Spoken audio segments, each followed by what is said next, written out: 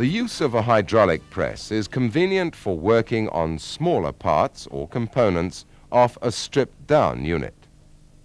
Correct and safe support of the work is vital when using the hydraulic press to prevent damage and accidents.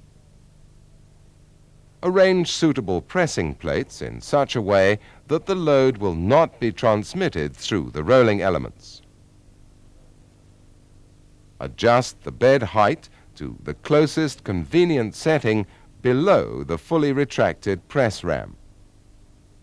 Then, position the shaft to bring it directly beneath the center of the ram.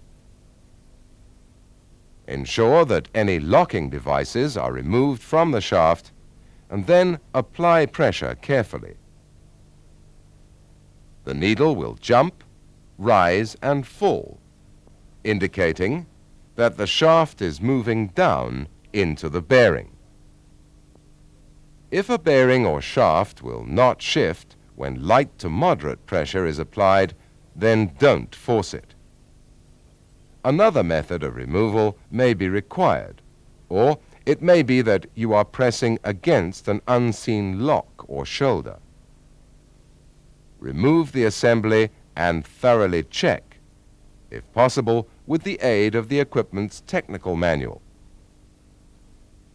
Returning to our demonstration, continue pressing slowly and cautiously whilst supporting the shaft until the bearing comes free. It is suggested that you now perform a practical exercise in the use of a hydraulic press, after which we shall discuss methods of bearing removal using hammers, drifts and dollies.